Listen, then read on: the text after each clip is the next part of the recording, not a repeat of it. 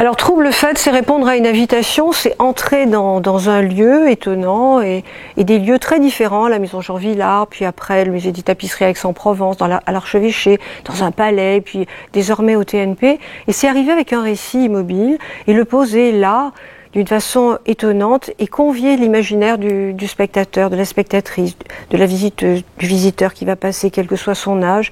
Et c'est un récit de choses étonnantes, des animaux naturalisés, mais aussi des accessoires de théâtre, mais aussi des choses que je ramasse depuis des décennies et qui font une ronde et se mettent à raconter quelque chose d'assez étonnant, bizarre, parce que j'ai invité aussi Lewis Carroll, donc forcément, il y a quelque chose de féeristique dans cette histoire, et quelque chose d'un peu surnaturel.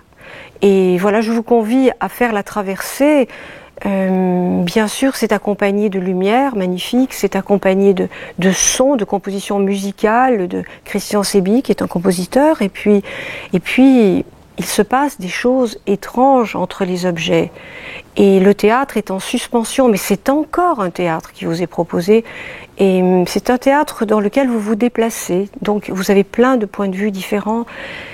Et si je pouvais vous dire la puissance des choses, ce qu'elles disent de l'enfance, de l'effroi, de ce que l'on perd, de ce que l'on trouve, et de l'absolue nécessité de la fiction, de l'absolue nécessité de raconter des histoires, quelquefois sans les mots.